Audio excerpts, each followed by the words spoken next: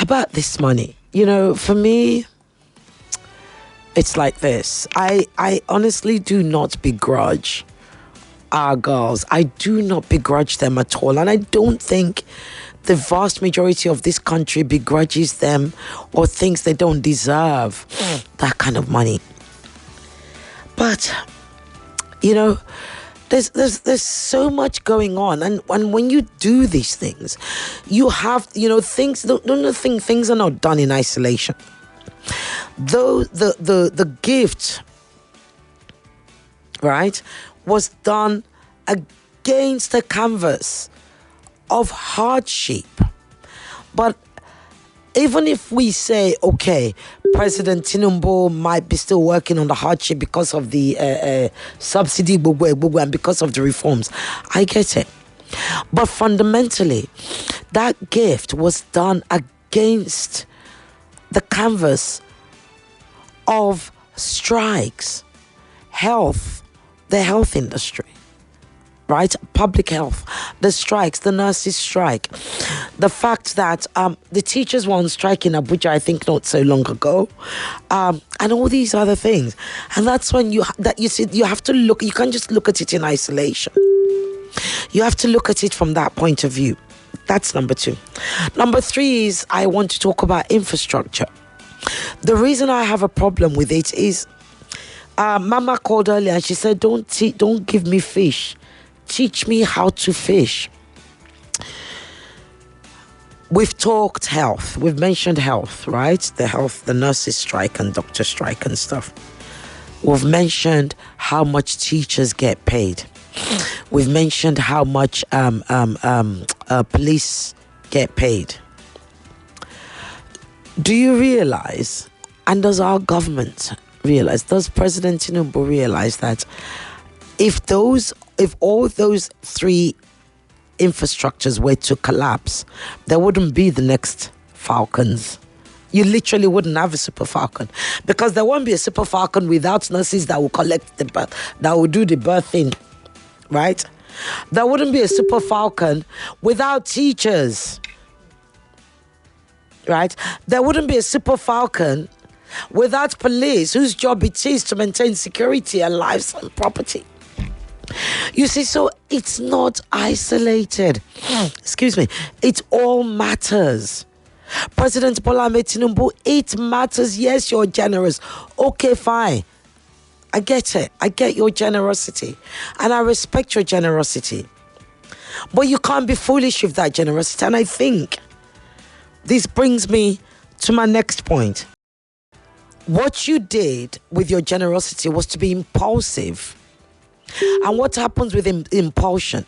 Impulsion means that we behave in a most thoughtless manner because we did not plan to actually do that, you see. So it's about euphoria.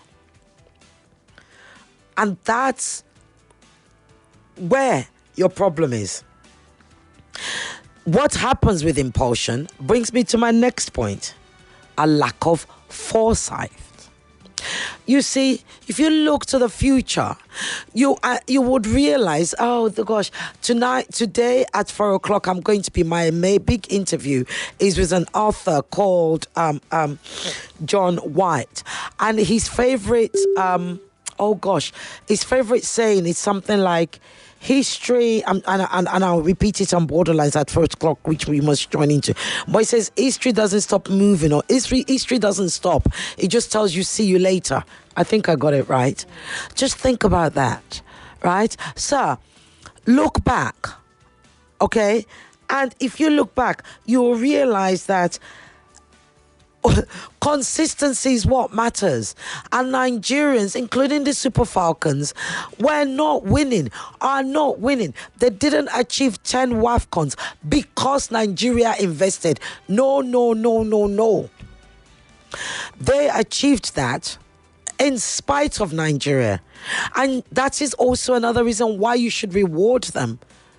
But the flip side of that coin is why you should think about infrastructure. Investment. Tomorrow. Because every time you don't invest in tomorrow, sir, we are just winning by fluke. Yes, fluke. F-L-U-K. Chance, as we call it in Nigeria. Eije, eyoje, as they call it in betting. And that's not what you want. That's not a legacy. That's not what you want to be known for.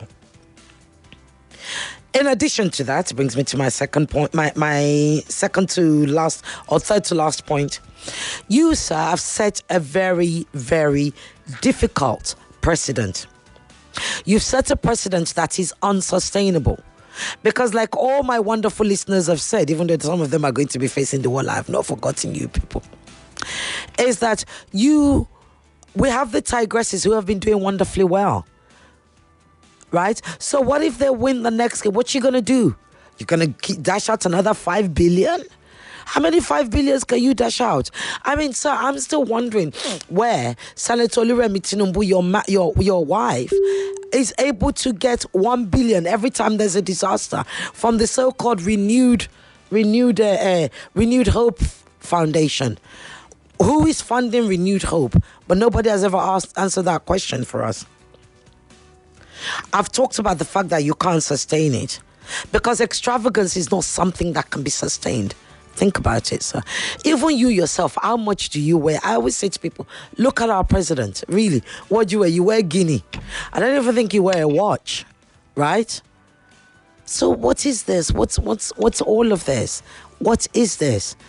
You've got to think about the future, sir. And if you care about reforms, if you're actually about doing reforms, which means you want to reform what is happening in this country, it means you want to correct all the mistakes, the errors, the omissions that have been done in the past.